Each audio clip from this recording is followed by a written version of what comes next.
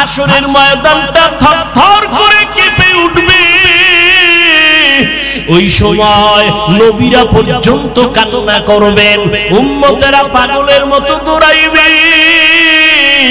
আমার নবী বলে আমিও তো কান্না বরদাস্ত করতে পারি না। আম্মা জান আয়েশা বলেন, ও নবী আমার রুমে বৈশা কেন কান্না করেন? নবী বলেন, আয়েশা কিয়ামতের ময়দানের কথা মনে পড়েছে, আমার উম্মতের কি উপায় হবে? মুসা নবী কাঁদবেন, আল্লাহ আমার উপায় কি? ঈসা নবী কান্না করবেন, আল্লাহ আমার উপায় কি? অথচ নবীদের কোনো গুনাহ নাই। কেমন ভয়ঙ্কর অবস্থা হলে নবীরা পর্যন্ত কান্না করবেন। ঈসা নবী কাঁদবেন, আল্লাহ আমার উপায় কি হবে? উম্মতেরা যাবে সুপারিশের জন্য, বলবে যাও যাও, আমার দ্বারা সুপারিশ করা সম্ভব না।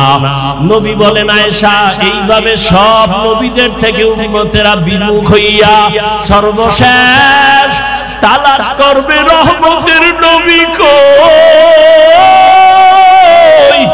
আমাকে তালাশ করা শুরু করবে উম্মতেরা। ঈসা নবী বলবে, যাও মুহাম্মদের কাছে যাও। কোন বর্ণনায় আছে ঈসা নবী উম্মতের জায়গা দিয়া নবীর কাছে নিয়ে আসবেন।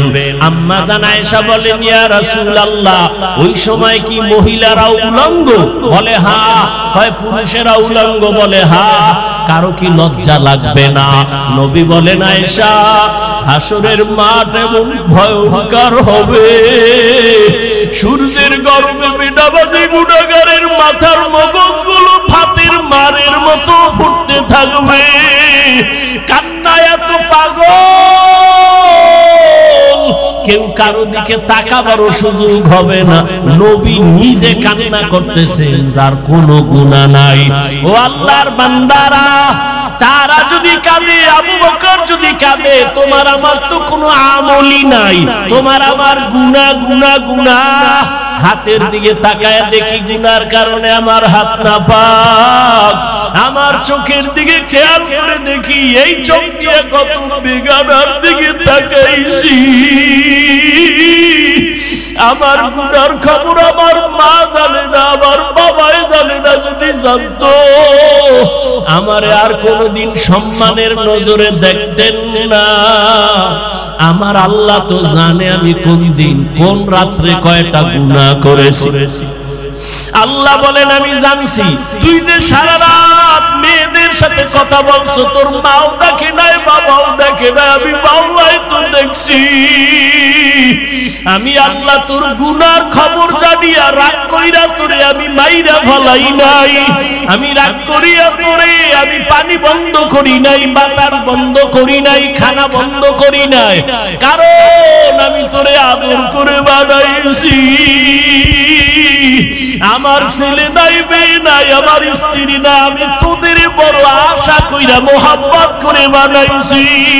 ওরে তুই যখন আব্বুকে আব্বু বলিয়া ডাক দাও, ওরে তুই যখন আব্বুকে আব্বু বলে ডাক দাও, আমি তখন কুদরতের নজর দিয়া তাকাই। ও বান্দা, তোর আব্বুরে তুই চিনলি আর মায়া কইরা ডাকলি, ওলারে ভুইলা কই যাও রে বাবা। আজকে টুপির কারণে সম্মান কমে নাই, দাড়ির কারণে সম্মান কমে নাই, মাদ্রাসায় পড়ার কারণে সম্মান কমে নাই রে বাবা। আমি তোমাদের বলি না স্কুল ছাড়ো, মাদ্রাসায় যাও না। তুমি স্কুলে পড়ো, কলেজে পড়ো, বাবা ডাক্তার হও, ইঞ্জিনিয়ার হও, প্রফেসর হও, তবে অনুরোধ তুমি বেয়াদব হইও না রে বাবা। তোমার ব্যবহারে কোনোদিন যেন মা বাবা কষ্ট না পায়, তোমার আচরণে কোনোদিন যেন উস্তাদ শিক্ষক মুরব্বী কষ্ট না পায়, তোমার ব্যবহারে কোনোদিন যেন আলেম ওলামারা কষ্ট না পায়। মা বাবার দোয়া নিয়ে চলিও। ওই মা বাবা শিক্ষক আর ওলামাদের দোয়া না থাকলে আমি এই চেয়ারে বসতে পারতাম না। আমার চেয়ারে বৈশা বয়ান করা করার মতো কোনো ইলম নাই, কোনো আমল নাই। আমার মা বাবার চোখের পানি আর আমার উস্তাদদের দোয়া, উলামায়ে কেরামের নেক নজর রে বাবা। ও বাবা, তোমার মতো কি যুবক নাই? তাকাইয়া দেখো, তোমার মতো কত যুবক স্কুলে পড়ে, কলেজে পড়ে, 5 বেলার নামাজও পড়ে, সত্য কথাটা স্বীকার করো আসেনি? বলো বাবা, তুমি কেন পারো না? তোমার মতো যুবক রাস্তায় গাড়ি চালায়, নামাজ ছাড়ে না। আল্লাহ তোমারে বিবেক দিছে, একটু প্রশ্ন করো, তুমি কেন পারো না রে বাবা? তোমার মতো যুবক র্যাব, আর্মি, পুলিশ, বিডিআরের চাকরি করে, দাড়িওয়ালা নামাজির অভাব নাই। বলো বাবা, তুমি কেন পারো না? আসলে কি কোরআন শরীফ মিথ্যা মনে করছো? তাহলে একটা ভুল বের করে দেখাও। এখন যদি কোরআনের ভুল দেখাইতে পারো, আল্লাহর কসম আমি দাড়ি কেটে ফেলবো, নামাজ বাদ দিয়া প্যান্ট শার্ট টাই লাগায়া নাচ গান করে কোরআনের বিরুদ্ধে কথা বলবো। কিন্তু তুমি কেন ১৫০০ বছর পর্যন্ত বহু পণ্ডিতেরা অপচেষ্টা করিয়াও ভুল বের করতে পারে নাই, তুমিও বাবা পারবা না? তোমার মনটাকে প্রশ্ন করো। তোমার মতো যুবক নদীর মধ্যে মাছ ধরে, নামাজ ছাড়ে না, কৃষি কাজ করে, নামাজ ছাড়ে না। তোমার মতো যুবক তাকায়া দেখো, আজ শ্রমিকের কাজ করে, নামাজ বাদ দেয় না। বলো বাবা, তুমি কেন পারো না? আমার ভয় লাগে, আমার মাওলা বুঝি তোমার উপরে বেজার, মা বাবাই বুঝি তোমার উপরে বেজার। ও বুড়া বাবাজিরা, আপনাদের মতো বুড়ারা মসজিদে গিয়া 5 বেলার নামাজ পড়ে আসে না নাই? আপনারা কেন পারেন না? ও আক্কেলপুরের আম্মা জানেরা, বোনেরা, মাইকের আওয়াজ শুনতেছেন রে মা? ও মা, আপনাদের সম্মান কত জানেননি? আপনারা নবীদের মায়ের মতো মা, সাহাবায়ে কেরামদের মায়ের মতো দামি মা। আপনারা তো আলেম ওলামাদের মায়ের মতো দামি মা। আপনারা তো খাদিজা রাদিয়াল্লাহু আনহার মতো নারী, ফাতেমা রাদিয়াল্লাহু আনহার মতো নারী, আয়েশা রাদিয়াল্লাহু আনহার মতো নারী। আপনারা তো আম্মা জান ও ইসমাঈল নবীর মা হাজরা আলাইহা সালামের মতো দামি নারী, ঈসা নবীর মা মারিয়াম আলাইহা সালামের মতো দামি নারী। বেঈমান ফেরাউন আল্লাহর বড় দুশমন, নিজে গাদ্দারি কইরা আল্লাহর সাথে চ্যালেঞ্জ দিয়া খোদা দাবি করলো। ও বাবারা বলেন, ওই ফেরাউনের ঘরে তার স্ত্রীর নাম কি? ওই বেঈমান ফেরাউনের ঘরের স্ত্রী আসিয়া। এত বড় বেঈমানের ঘরে থাইকে আসিয়া আমার মাওলার আশিকা। রহমতের নবী বলেন, কিয়ামতের দিন জান্নাতে আসিয়ার সাথে আমার বিবাহ হবে। ও আম্মা জানেরা, আপনার স্বামী তো ফেরাউনের মতো খারাপ না। আপনি কি পারেন না 5 বেলার নামাজ পড়ে দোয়া করবেন, ও আল্লাহ আমার স্বামীর কামাই রুজিতে বরকত বাড়ায়া দাও। আপনার স্বামীকে যদি হাত ধইরা মাঝে মাঝে বলতেন, ও স্বামী আমার, তুমি কামাই রুজি করো, আমার আব্বা আম্মার আদর আর মায়া চাইরা তোমার ঘরে আসছি, না খাইয়া থাকলেও আসি, খাইয়া থাকলেও আসি, তবে আমার জীবনের তোমার কাছে একটা দাবি, জীবন গেল হারাম অবৈধ টাকা ঘরে ঢুকাইবা না। হারাম টাকা খাইয়া আমাদের রক্ত নাপাক করব না, আমাদের সন্তানদের রক্ত নাপাক করব না। আম্মা জান যদি বুঝাইতেন, আপনার স্বামী কোনোদিন হারাম টাকা ঘরে আনতে পারতো না। এরে আম্মা জান, ও এত বড় বেঈমান ফেরাউনের ঘরে থাইকা আসি আমার আল্লাহকে ভুলি না। আসিয়ার জবান থেকে আমার মাওলার জিকিরের আওয়াজ। ফেরাউন আসিয়া, তুমি কার নাম লইলা? বলে আমার রবের নাম। বলে আমি তো মিশরের খোদা, তুমি কোন খোদার নাম নিলা? আসিয়া কয়, তোমারে যিনি বানাইছেন তিনি আমার রব। ফেরাউন বলে, ছেড়ে দাও, আমারে ডাকো। কয় না, এইবার ফেরাউন অত্যাচার শুরু করলো আসিয়ার উপরে। এমন অত্যাচার, ঘুমানোর জায়গা দেয় না, খানাও দেয় না। আসিয়া গোপনে কান্না করে, মালিক দুনিয়ার কষ্ট সহ্য করে নিলাম, তুমি আযাব হাসরের ময়দানে দিও না, হাসরের ময়দানের আযাব সহ্য করতে পারবো না। আসিয়ার বিরুদ্ধে সর্বশেষ ফেরাউন ঘোষণা দিল, আসিয়াকে শুলিবিদ্ধ করা হবে, ফাঁসি দেওয়া হবে। হাজার মানুষ ময়দানে হাজির। খোদা ফেরাউনের স্ত্রীর জবাই হবে, ফাঁসি হবে। দেখার জন্য লক্ষ লক্ষ মানুষ মিশরের ময়দানে। হঠাৎ আসিয়া কাঁদতেছেন, দেখে মুসা নবী রাস্তা দিয়া যায়।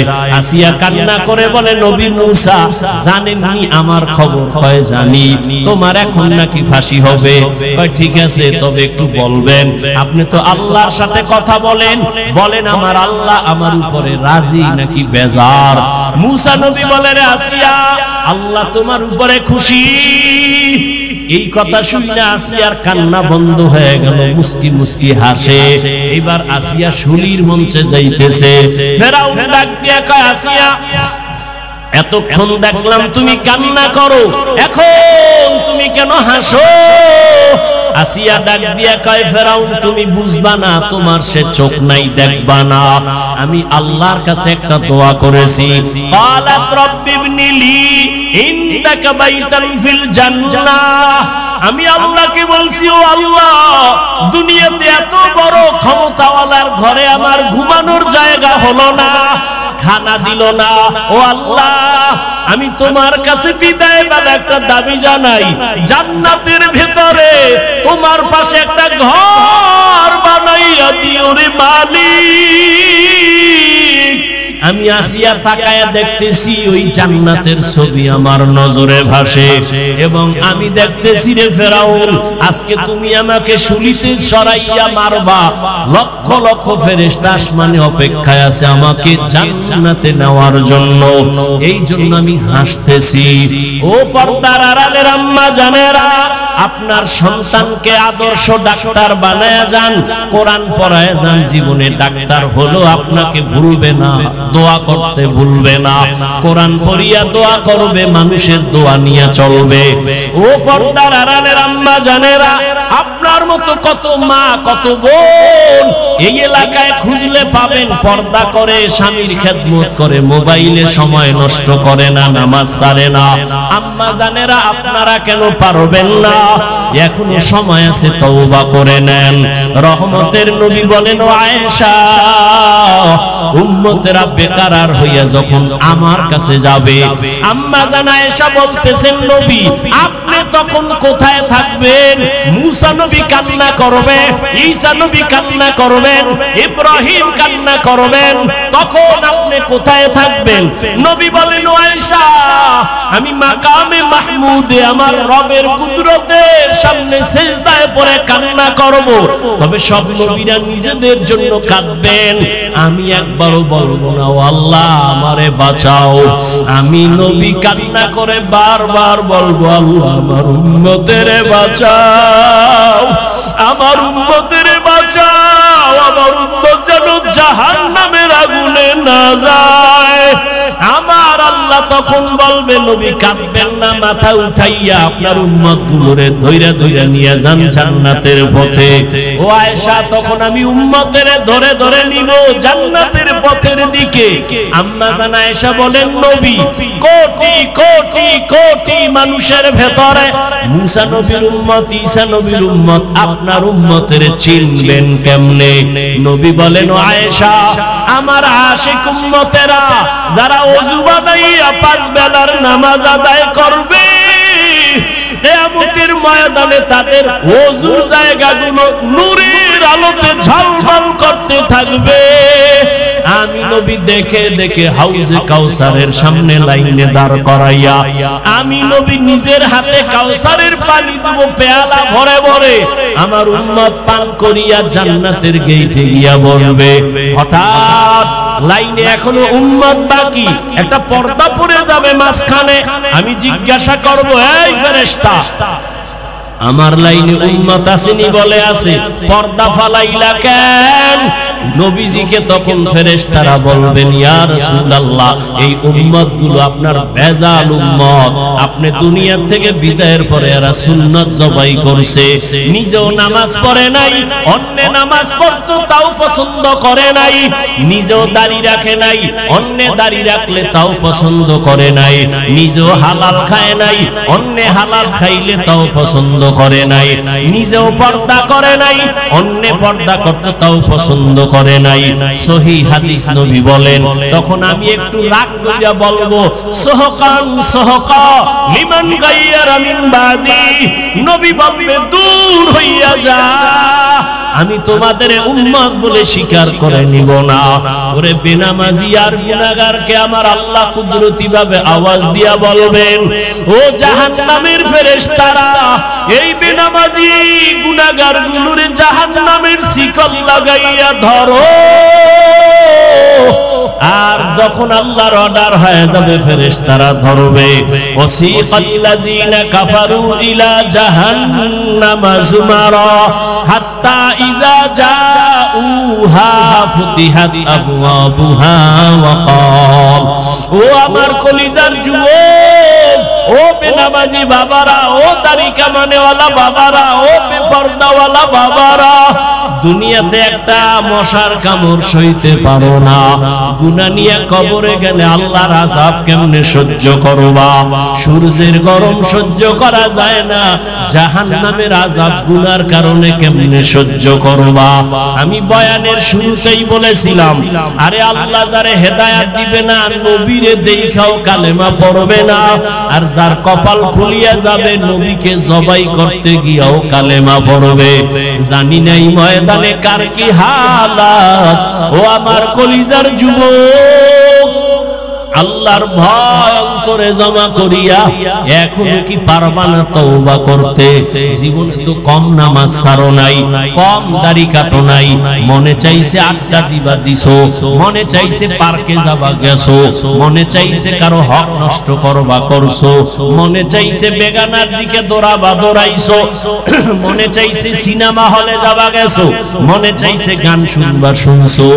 আর কত বাবা, এবার পাও দইরা বলে একটু ফিরিয়া আসো, মা বাবার দোয়া নিয়ে চলো, উলামায়ে কেরামের দোয়া নিয়ে চলো, মুরব্বী শিক্ষকদের দোয়া নিয়ে আগাও, আর মনে মনে আমার আল্লাহকে ডাক দাও, গোপনে ডাকো আর বলো, হে মালিক, এই ময়দানে গুনাহ নিয়ে ঢুকছি আর বাসায় গুনাহ নিয়ে যাব না, তওবার নিয়ত করে ফেললাম, আর দাড়ি কাটবো না, নামাজ ছাড়বো না, বেপরদায় চলবো না, মা বাবারে কষ্ট দিব না, মা বাবারে কষ্ট দিব না, উলামায়ে কেরামের বিরোধিতা করে গুনাহগার হব না, নবীজির তরিকা মেনে চলবো।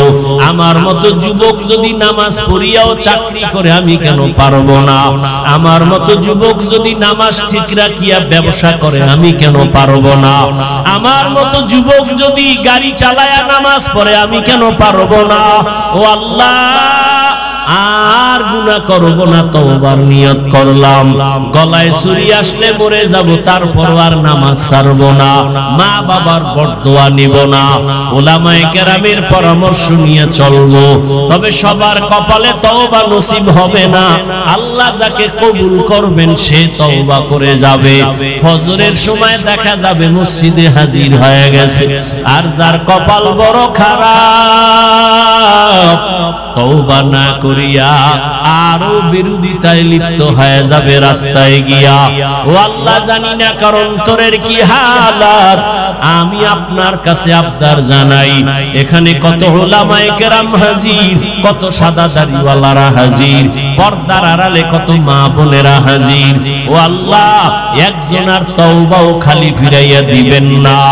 যাদের অন্তর তৈরি আছে, মুনাফিকি নাই, মরিয়া গেল আর নামাজ ছাড়বা না, দাড়ি কাটবা না, বেপরদায় চলবা না, মা বাবার সাথে বেয়াদবি করবা না, উলামায়ে কেরামের পরামর্শ নিয়া নবীর তরিকা মেনে চলবা, আল্লাহর ভয় তাকওয়া নিয়া জবানকে হেফাজত করবা, সুন্নাত অনুযায়ী চলবা। তওবা করার মতো যদি কারো অন্তর তৈরি হয়, মুনাফিকি না থাকে, খাঁটি তওবার নিয়ত যাদের আছে, দুটো হাত আমার আল্লাহকে দেখাইয়া দাও। আয় আল্লাহ সবার হাতগুলো কবুল করে নেন। আয় আল্লাহ আপনি অন্তরের খবর আপনি জানেন, কে কোন নিয়তে হাত তুলেছেন কবুল করে নেন। তওবাওয়ালা জিন্দেগি দান করেন, আমাদের তওবার উপরে মজবুত হইয়া মরণ পর্যন্ত চলার মতো তৌফিক দান করেন, আমিন। কালেমার দাওয়াত নাই, রোজার দাওয়াত নাই, জিকিরের কথা নাই, নামাজের দাওয়াত নাই। দীর্ঘ 40 বছর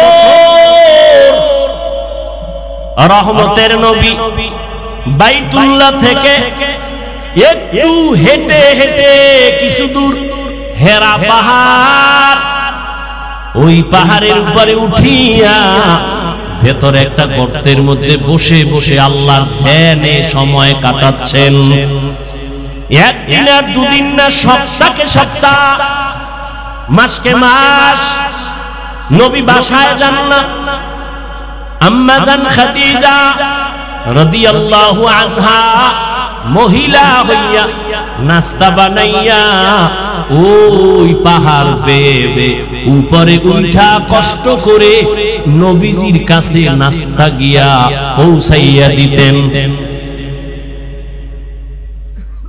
ও আক্কেলপুরের মুসলমান, ও জয়পুরহাটের জ্ঞানী বাবারা, বেয়াদবি ক্ষমা চাইতেছি রে যুবক। এক নাম্বার প্রশ্ন, বিশ্ব নবীকে আল্লাহ 40-এর পরে কোরআন দিলেন কেন? দ্বিতীয় প্রশ্ন, বাইতুল্লাহ সাইরা নবী হেরা পাহাড়ে 40 বছর ধ্যান করেন কেন? প্রশ্নের জবাব দাও। হেরা পাহাড়ের দাম বেশি না বাইতুল্লাহর দাম বেশি? বলো বলো। বাইতুল্লাহর দাম তো কোরআন স্বীকৃত, ইন্না আউওয়ালা বাইতিন উযিআ লিন-নাস লাল্লাযী বিবাক্কাতা মুবারাকাও ওয়া হুদা মুবারাকাও ওয়া হুদান লিল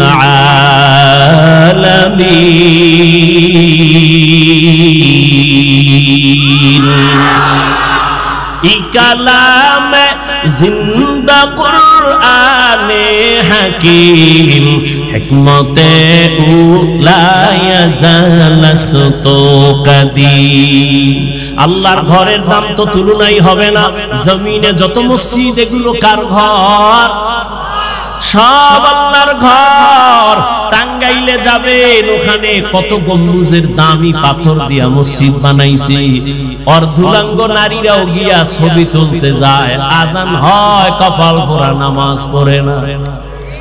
কথা কয় না? বাইতুল মুকাররম বাংলাদেশের জাতীয় মসজিদ, এটাও আল্লাহর ঘর। আক্কেলপুরের গ্রামে একটা খের দিয়া মসজিদ বানাইছে, এটাও কার ঘর? কিন্তু এই ঘরগুলোর একটারও এই পরিমাণ সম্মান নাই বাইতুল্লাহর যেই পরিমাণ সম্মান। বাইতুল্লাহর এত দাম। বাইতুল মুকাররম ওই টাঙ্গাইলের গম্বুজওয়ালা মসজিদ, আমাদের বরিশাল একটা মসজিদ আছে, সেখানেও বড় দামি মানুষরা দেখতে যায়। সারাদিন যদি তাকায় থাকবে, একটা নেক আমল নামায় আসবে না। আর বাইতুল্লাহ এমন দামি ঘর, যতক্ষণ তাকায় থাকবে অনবরত সওয়াব শুধু লেখা হবে। আরো আসতে বলেন। বাইতুল্লাহর দাম বেশি না হেরা পাহাড়ের দাম বেশি? বাইতুল্লাহর এরিয়া কত? ওই যে হাজী সাহেবরা তওয়াফ করে এতটুকু না। কিন্তু আপনারা যারা ছবিতে দেখছেন বা হজে গেছেন, বাইতুল্লাহ ঢুকতে গেলে জেদ্দা থেকে একটা রেহাল আছে রাস্তার উপরে, আছে না? এই সীমানা থেকে বাইতুল্লাহর এরিয়া, এই সীমানায় কোন গোলাম যদি একবার আল্লাহ কয়া ডাক দেয়, একবার আল্লাহ যদি বলে 1,00,000 বার আল্লাহ বলার সওয়াব দেওয়া হবে। আতিনা ফি দারে দুনিয়া না হাসান اهدنا في دار عقبانا حسن يا غياث المستغيثين اهدنا الافتخار بالعلوم والغنى ও আল্লাহর গোলাম বাইতুল্লাহ তো দামি কিন্তু নবী দীর্ঘ 40 বছর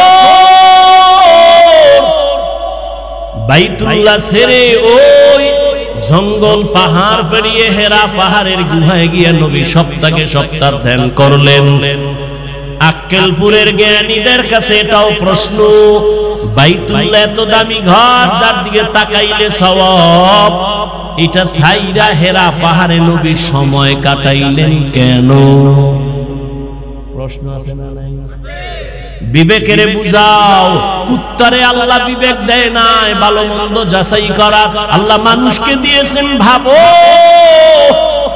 একটু ভাবো তুমি মানুষ তুমিও মানুষ আমিও মানুষ তোমাকে আমি বয়ান করব কেন আজকে তো বয়ান করা দরকার চট্টগ্রামের পাহাড়িয়া অঞ্চলের মানুষের কারণ ওখানে টাকা দিয়া দিয়া মানুষের খ্রিস্টান বানানো হয় আজকে তো বয়ান করা প্রয়োজন ছিল পঞ্চঘর ওখানে মুসলমানের টাকা দিয়া ইসলাম থেকে দূরে সরায় কিন্তু টাইম কই 12 মাস দৌড়াচ্ছি শুধু মুসলমানের পেছনে পাও দইরা দইরা দইরা দইরা কত বিনয়ের সাথে কথা বলি ফাঁকে ফাঁকে কয়বার মাপ চাইছি মনে হয় যেন আমি তোমার টাকার কেনা গোলাম অথচ তুমিও মুসলমান আমিও মুসলমান একটু বিবেকটাকে নাড়া দাও তোমার আল্লাহ আমার আল্লাহ দুই না এক সত্য কথা মানো আর না মানো সমর্থন দে স্বীকার কর তোমার আমার আল্লাহ যিনি তোমার আল্লাহ আমার আল্লাহ এক তোমার নবী আমার নবী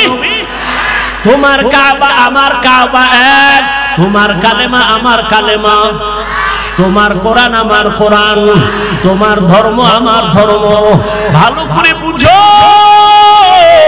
তোমার আমার আল্লাহ এক নবী এক কাবা এক কোরআন এক ধর্ম এক কালেমা এক দুনিয়াতে আসছে তাও কিন্তু এক নাকি তোমরা আক্কেল বুড়ালারা লঙ্গি পরে জন্ম নিছো সবার সিস্টেম কিন্তু এক বিদায় যেদিন হবা সবার বেলায় কাফনের সংখ্যাও এক বক্তা হইয়া বলছি সম্মানে একটা কাফন কেউ বাড়াইয়াও দিবে না রিকশা ড্রাইভার গরিব বইরা গেছে একটা কাপড় কেউ কমাইয়াও দিবে না আমাকেও 3টা কাফন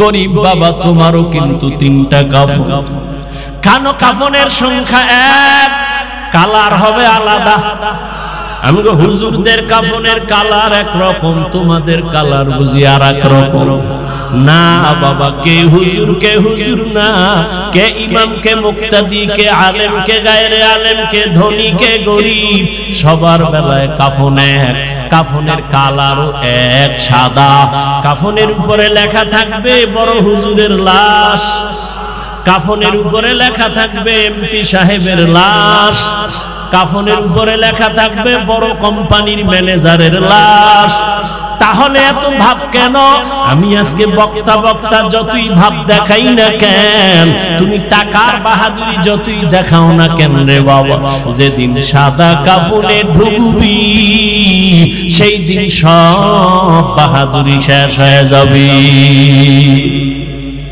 কোটি টাকার মালিক দেখো অভাব হয় না দূর গরিব ঘুমায় আরাম করে মনটা বাহাদুর ফেরাউনের লাশটা দেখো মিশর জাদু ঘরে খায় না মাটি পোকা মাছি সবাই ঘৃণা করে হৃদয়ে থাকিবে যার নম্রতা সাদা রহমত আসিবে সেটা প্রভুর ওয়াদা বড়র বড়াই থাকলে দিলে রহমত আসবে না নিজেকে নিজে ছোট মনে করিও সাদা উঁচু জমিন থেকে পানি নিচু জমিনে যায় তেমনি খোদার রহমত আসে নম্রতার হৃদয় ভোগবিলাসের বাড়ি গাড়ি পরে রবে সব ভোগবিলাসের বাড়ি গাড়ি পরে রবে সব থাকতে সময় স্মরণ করো আল্লাহ আমার রব বিবেকের কাছে প্রশ্ন রেখে গেলাম, ও জ্ঞানী বাবারা আমি বোকা, তবে নিজের বিবেকের কাছে প্রশ্ন রেখে গেলাম, রে যুবক, এত বিশ্ব নবী জ্ঞানী, তাকে 40-এর পরে আল্লাহ কোরআন দিলেন কেন? এখান থেকেও শিক্ষা নেওয়ার অনেক সবক। বাইতুল্লাহ সাইরা নবী হেরা পাহাড়ে ধ্যান করে কাটাইলেন কেন? এখানেও অনেক সবক আছে আমাদের। আবার 250 গ্রাম ওজনের কোরআন, এই কোরআনটা নবীর কাছে আসতে সময় লাগছে কয়দিন? জানা থাকলে বলেন কয় বছর? 250 গ্রামে ওজনের কোরআন শরীফ আমার রাসূলের মতো ব্যক্তি, যার জ্ঞানের কোনো তুলনা নাই, তার কাছে আল্লাহ কোরআন দিতে যদি 23 বছর সময় লাগায়, ওই কোরআন বুঝি তুমি রাতারাতি পইরা মুফাসসির হবা? মিথ্যা কথা, ধোঁকা ছাড়া কিছুই না। আল্লাহ হেদায়েত দান করুন। কষ্ট হইতেছে? মুসলমানের ঘরে কোরআন আছে, একদিন খুইলা দেখলো না হুজুরেরা এত ফজিলতের ওয়াজ করে কোরআনের, দেখি তো ভিতরটা কেমন। মোবাইল দেখার সময় পায়, কোরআন খোলার সময় পায়। আল্লাহ আপনি আমাদের হেদায়েত দান করেন। রহমতের নবী বলেন, যেই দলটা জান্নাতে যাবে তাদের পরিচয় নাও। নবী যদি বলতেন আমি মুহাম্মদের আদর্শ যারা মেনে চলবে তারা জান্নাতি, এতটুকু যদি বলতেন যথেষ্ট ছিল। কিন্তু নবী কি বলছেন? মা আনা আলাইহি ওয়া আসহাবি, আমি এবং আমার সাহাবায়ে কেরাম যে আদর্শের উপরে আছে, এই আদর্শ যারা মেনে চলবে তারা জান্নাতি। অতএব যারা বলবে আমি শুধু নবী মানি, সাহাবা মানি না, নবীর কথার থেকে প্রমাণ হলো সে মুসলমানও ঠিক, মুমিনও ঠিক, তবে 72 দলের অন্তর্ভুক্ত। আল্লাহ আমাদের হেদায়েত দান করেন। আল্লাহ বলেন আমি 2টা আদেশ দিলাম, এক তাকওয়া অর্জন করো, দ্বিতীয় আদেশ হলো জবানটাকে কন্ট্রোল করো। এই বিষয়ে কিছু আলোচনা করি। জবানের কন্ট্রোলের কথা কেন বললেন? হাত কন্ট্রোল করো বলেন নাই? চোখ কন্ট্রোল করো কেন বলেন নাই? কান কন্ট্রোল করো কেন বলেন নাই? সংক্ষেপ 2-4 মিনিট শুনেন। আল্লাহ জবান কন্ট্রোল করো, নবীও বলেন জবান হেফাজত করো কেন বললেন? পুরা বডির ভিতরে যন্ত্র, মারাত্মক অস্ত্রের নাম জিহ্বা, জবান। এটা এমন ধারালো অস্ত্র, ব্লেডের মতো, চারদিকে কেটে ফেলে, যেদিকে মারে কাটে। যেমন কয়েক জিহ্বা। আমগো গ্রামের একটা প্রবাদ আছে, মানুষের মুখেই জয়, মুখের কথাই খায়। আছে না? জিহ্বা কিন্তু একটা, কিন্তু কাটে চাইরদিক। এক জিহ্বা, এই জিহ্বা নাড়াইয়া কেউ যদি একটা অচেনা মাইয়ারে কয়, রাজি থাকলে কবুল। সাক্ষী 2 জন দাঁড়ানো, সাথে সাথে অপরিচিত মাইয়া তোমার আপন সঙ্গিনী হয়ে গেল জিহ্বার একটা কথার দ্বারা। আবার এই জিহ্বাটারে ঘুরাইয়া যদি কও তোমার আপন বিবিটারে যদি কও তুই তালাক, একই জিহ্বার আওয়াজে এখন তোমার জীবন সঙ্গিনী চিরতরের জন্য হারাম। বুঝেননি জিহ্বাটার দ্বার কেমন? এই জিহ্বা নারা এখনো বিধর্মী যদি বলে লা ইলাহা ইল্লাল্লাহ, সাথে সাথে তার বেঈমানের দপ্তরের নাম কাটা। আবার যদি ওই কোন কালেমাওয়ালা মুমিন যদি বলে আমি আল্লাহ মানি, কোরআনের ওই আয়াত মানি না, আমি কোরআন মানি তবে কোরআনের রাজনীতি পছন্দ করি না, বা একই জিহ্বার কথার দ্বারা তোর ঈমান চলে যায়। কোরআনে রাজনীতি নাই? হ্যাঁ, তোমার মতো ধান্দাবাজি, ভেট নীতি, দুর্নীতি, এটা ইসলাম কোরআনে কথা বরং আমি তো ঢাকায় বলেছি পৃথিবীতে শ্রেষ্ঠ রাজনীতির কিতাবের নাম কোরআন। সত্য কথা মানো আর না মানো, স্বীকার করতে না বলছি যুবকদের, তোমরাই তো ভবিষ্যৎ, তোমগো আর কত কইতাম।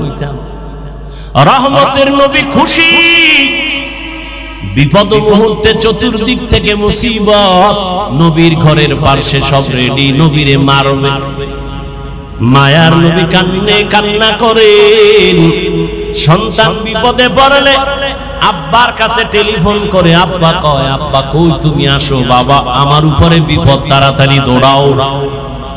মাকে টেলিফোন করে কয়, মা আমার উপরে মুসিবত, তুমি একটু দোয়া করিও। কিন্তু মায়ার নবী কেমন এতিম, জীবনে একবার আব্বা বলে ডাক দিতে পারে না। 6 বছরে মা হারায় নবী অসহায়। নবী বলেন এর উপরে আবার বিপদ, আমি যদি দোয়া করতাম উহুদ পাহাড় স্বর্ণ বানায় দিত আমার আল্লাহ। কোনদিন দোয়া করি নাই, বরং উল্টা করছি কি, ও আল্লাহ আমারে গরিবী হালাতে রাখো, আমারে গরিবী হালাতে মরণ দিও, কিয়ামতের দিন গরিবদের সাথে আমারে হাসরে উঠাইও। নবী কয়, ওরে গরিব, বড়লোকের টাকা আর বাড়ি দেখে আফসোস করিস না, কিয়ামতের দিন ওই টাকাওয়ালার 500 বছর আগে গরিব তোরে জান্নাতে আল্লাহ দিবে। কোন গরিব? যে গাঞ্জা খা, রিক্সা চালায় টাকা দিয়া, ক্যারাম বোর্ড খেলা, তাস খেলে, জুয়া খেলে, মদ খা। বেলালের মতো গরিব,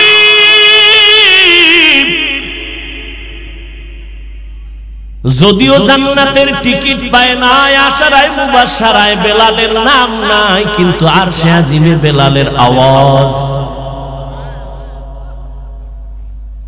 আবু হুরায়রা, 10 জন জান্নাতীদের মধ্যে আবু হুরায়রার নাম নাই, কিন্তু আবু হুরায়রা থেকে এই পরিমাণ হাদিস কিতাবের মধ্যে হাদিসে আছে, অন্য কোন সাহাবীর থেকে এত পরিমাণ হাদিস নাই। একটু আগেই বলছিলাম আমার মাওলায় কবুল করলে যোগ্যতা লাগে না।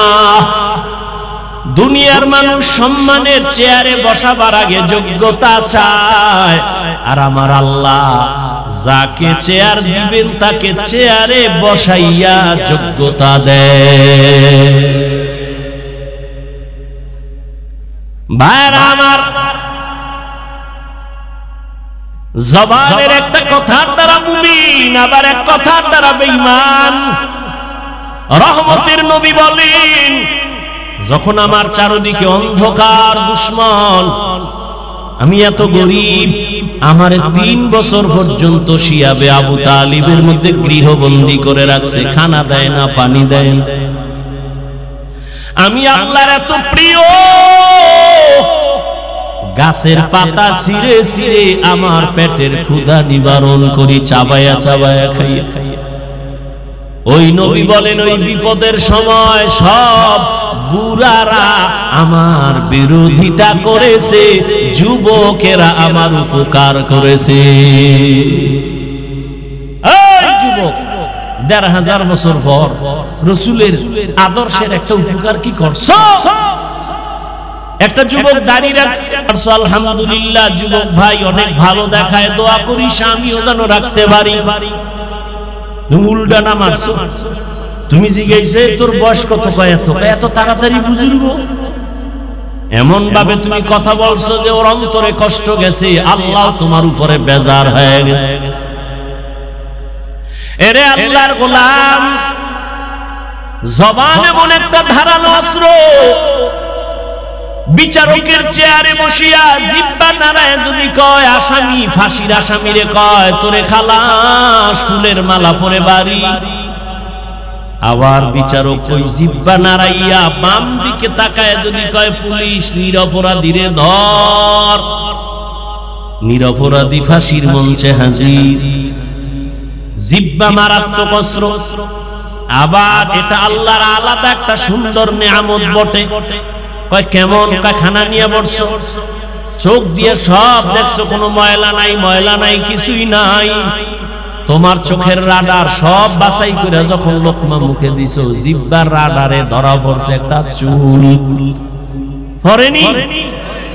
জিহ্বার রাডারে ধরা পড়ে গেল। আরো কত বড় নিয়ামত! এই যে আমি মাউথ সামনে নিয়ে কথা বলি, মেশিন চলে, ফ্যানের বাতাস দিতেছে, না হয় দীর্ঘ টাইম চললে আগুন লাইগা সব পুড়ে যাবে। বিদ্যুতের বাতি জ্বলতেছে, বিল দেওয়া লাগবে। বুঝো, আমি তো নতুন কিছু কইতেছি না, পুরান কথাই তো। জিহ্বা নামের মেশিনটা দুনিয়াতে আসার থেকে যে চালু হইল, এই জিহ্বা নামের মেশিনটা নাড়ায়া কত হাজার হাজার হাজার হাজার কোটি কথা সাপ্লাই হলো। এই কথাগুলো কোন মেশিনে সাপ্লাই দেয়? ওই মেশিনের কে চার্জ দেয়, কে তেল দেয়, কে অকটেন দেয়? কথা বলতে বলতে বলতে বলতে কপাল ব্যথা করে, ঠোঁট ব্যথা করে, গাল ব্যথা করে, মাথা ব্যথা করে, জিহ্বা ব্যথা করে না? এত বড় নিয়ামত এই জিহ্বা। কয় জিহ্বা কন্ট্রোল করো, জিহ্বা দ্বারা যেন অন্যায়ের দিকে না যায়। আমি হাফিজুর রহমান ভালো না খারাপ, আমার জিহ্বার কথায় প্রমাণ করবে আমি ভালো না খারাপ। কি আমি মুমিন না মুসলমান না বিধর্মী, জিহ্বায় প্রমাণ করবে আমার আওয়াজ। আমি ইলম ওয়ালা না ইলম সারা, আমার জিহ্বার কথায় প্রমাণ করবে। জিহ্বার কথায় প্রমাণ দিবে আমি কোন বংশের সন্তান। জিহ্বাটা কিন্তু তোমার আগে দৌড়ায়, পাতলা নরম, তোমার আগে দৌড়ায়। কন্ট্রোল করো। কেমনে? হাত অন্যায় করে বাইদা রাখ, অন্যায় করবে না। পা অন্যায় করে বেঁধে রাখো, অন্যায় করবে না।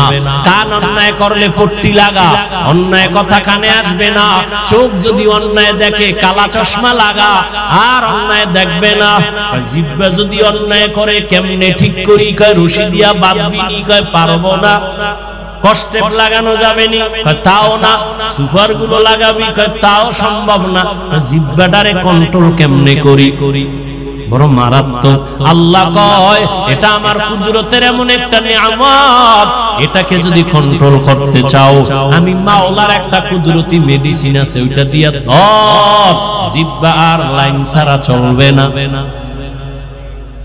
আল্লাহ তো কুদরতের মেডিসিন জিহ্বায় লাগায় দাও, কন্ট্রোল হয়ে যাবে। ওই মেডিসিনের নাম হলো তাকওয়া, আল্লাহর ভয়।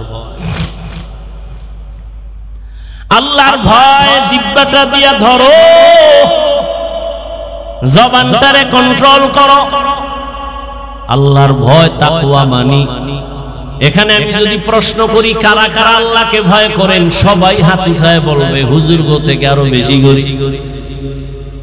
অত সেখানে এমন আশিকে রাসূল বসে আছেন, ফজর পড়ে নাই, যোহর পড়ে নাই, আসর পড়ে নাই, মাগরিব পড়ে নাই, এশাও না, এরকম আশিক নাই? সেও বলে আল্লাহকে ভয় করি। আমি 5 বেলার নামাজ পড়ে বলি আল্লাহকে ভয় করি। যে দাড়ি রাখে না সেও বলে ভয় করি। আমি দাড়ি রাইখা বলি আল্লাহকে ভয় করি। আমি নামাজ পড়িয়া বলি, পর্দা করিয়া বলি আল্লাহকে ভয় করি। আপনি পর্দা না করে বলেন আল্লাহকে ভয় করি। দোনো দলের ভয় কি সমান? না।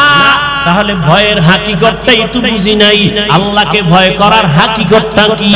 উদাহরণ নাও, একটা সন্তান মা বাবারে ভয় করে, প্রমাণ মা বাবার সামনে সন্তান কখনো অন্যায় করে না।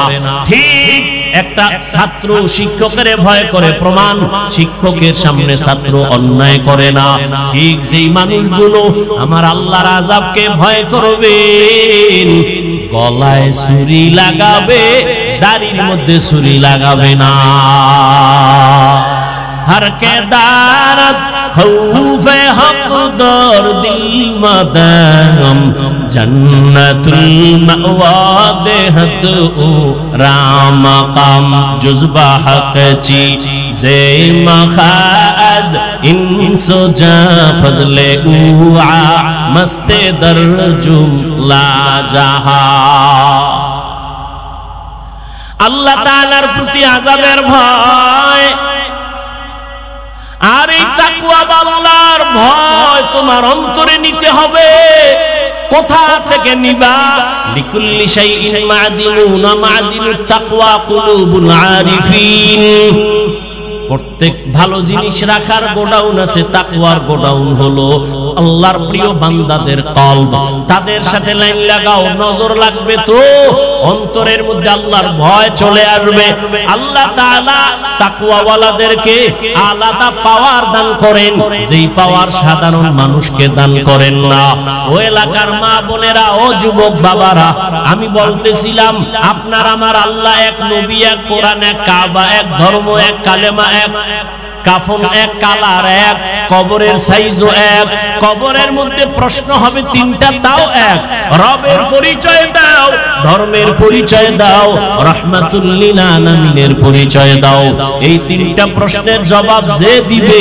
তার কবর হবে নবীজির জবানের কথা রাউজাতুম মির রিয়াজিল জান্নাহ আর যারা জবাব দিতে পারবে না নবী বলেন তার কবর হবে হুফরাতুম মিন হুফারিন নার জাহান্নাম টুকরা কে জবাব দিতে পারবে এর কোনো গ্যারান্টি আছে আমরা হুজুরেরা পারবো আরে আমরা হুজুর কেন জাহান্নামের আযাবের ভয় ওই কবরের প্রশ্নে কি জবাব দিব আমি হুজুর কেন এই ভয়ের কারণে জান্নাতের টিকিট পাইছেন 10 জন সাহাবা তারাও কাঁদতেছে আল্লাহর আদালতে কেমনে দাঁড়াবো রহমতের নবী বলেন আমি আমার হুজরায় এশার নামাজ পড়ে ঘুমাইলাম আমি ঘুমাইতে গেলে আমার চোখ বন্ধ হয় আমার অন্তর ঘুমায় না আমি হঠাৎ করে শুনি কান্নার আওয়াজ আসতেছে গভীর রাত মসজিদ আমার মাথার কাছেই তো মসজিদে নববী কে কান্না করে আমি আস্তে আস্তে উঠলাম বের হইলাম আমি জানালা দিয়া নজর করে দেখি জান্নাতি এক নাম্বারের সাহাবী আমার আবু বকর গভীর রাতে নামাজে দাঁড়ায়া হাউমাউ করে কান্না করে নামাজ শেষ করার পরে আমি রহমতের নবী জিজ্ঞাসা করলাম আবু বকর আপনি নামাজে কান্না করলেন কেন আমার ঘুম ভেঙে গেছে আপনি কাঁদেন কেন আবু বকর কান্না করে বলেন ইয়া রাসূলুল্লাহ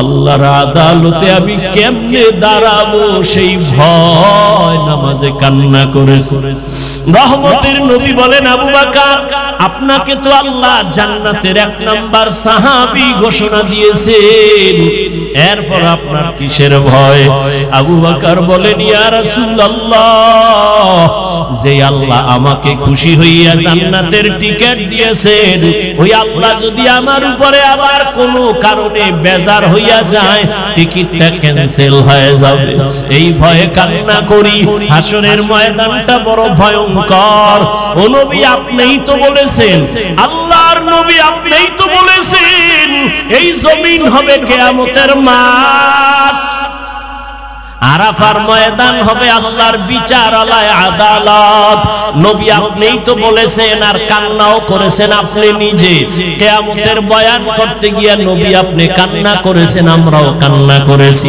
কিয়ামত নাকি এমন ভয়ঙ্কর জমিনটা সমতল সব নারী আর পুরুষগুলো উলঙ্গ দাঁড়ায় যাবে সব উলঙ্গ দাঁড়াবে হাসরের ময়দানে সূর্যের গরম যখন শুরু হবে মাটির জমিনটা সূর্যের গরমে তামা হয়ে যাবে অন্যদিকে জাহান্নামের আওয়াজ আবার আল্লাহ নিজে রাগান্বিত আওয়াজ দিয়া বলবেন লিমানিল মুলকুল ইয়াউম লিল্লাহিল ওয়াহিদিল কাহ্হার আল্লাহ তাআলার রাগান্বিত আওয়াজে হাসরের ময়দানটা থরথর করে কেঁপে উঠবে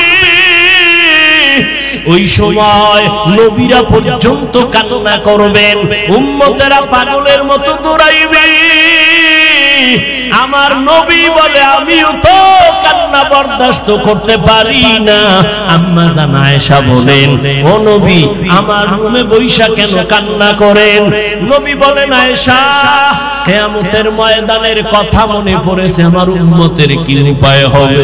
মুসা নবী কাঁদবেন, আল্লাহ আমার উপায় কি? ঈসা নবী কান্না করবেন, আল্লাহ আমার উপায় কি?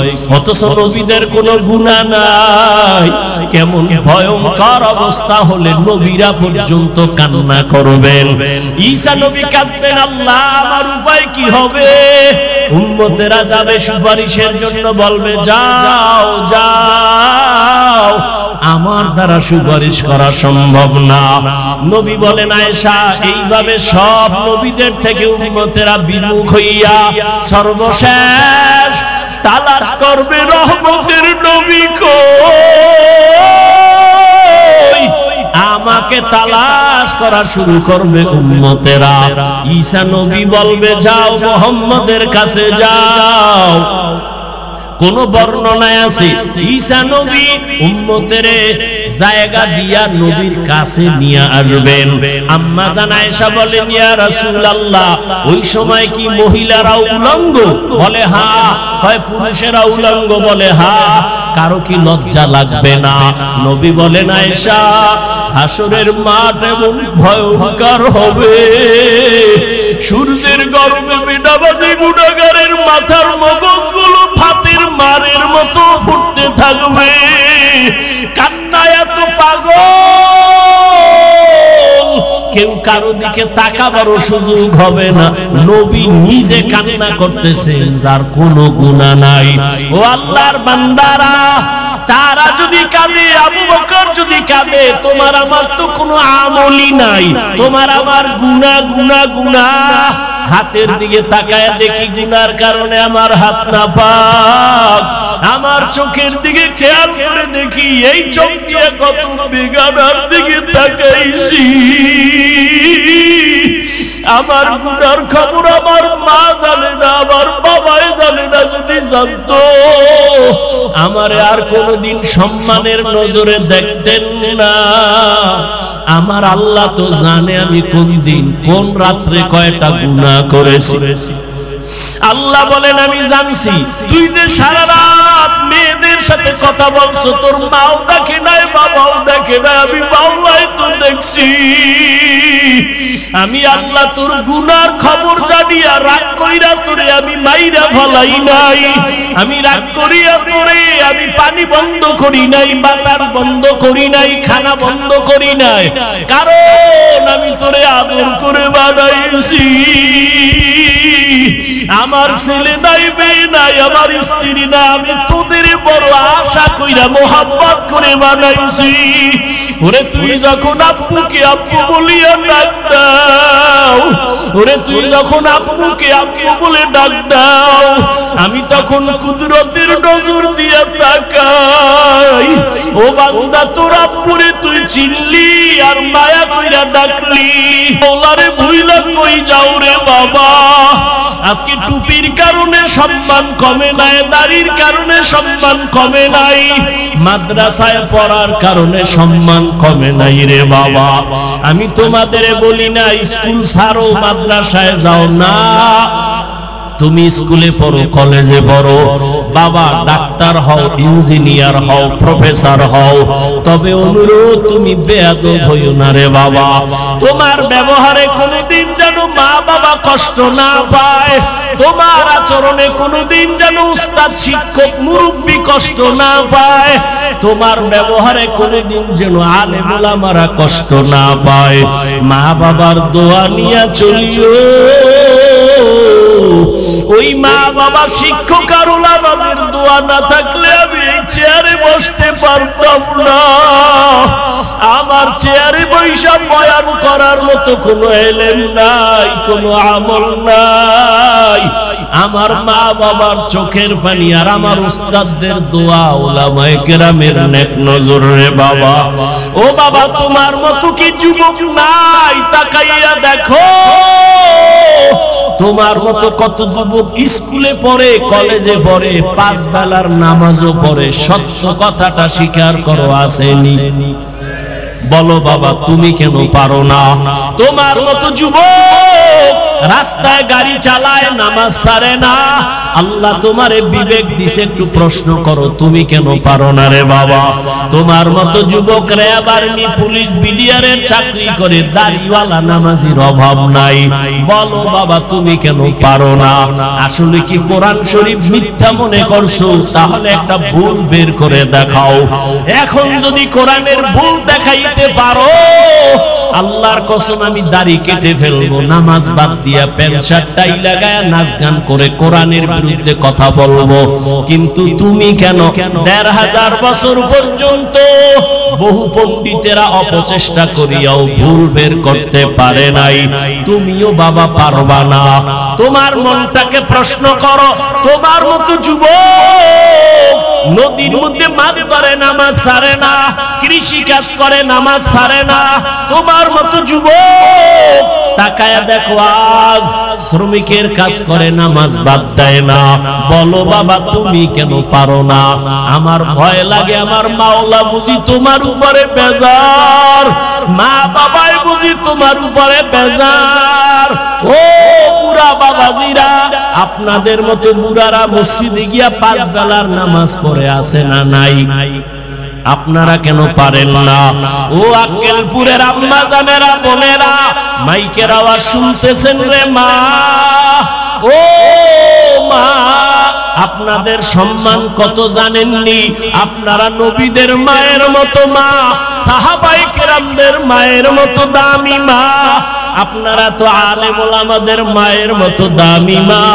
আপনারা তো খাদিজা রাদিয়াল্লাহু আনহার মতো নারী, ফাতেমা রাদিয়াল্লাহু আনহার মতো নারী, আয়েশা রাদিয়াল্লাহু আনহার মতো নারী।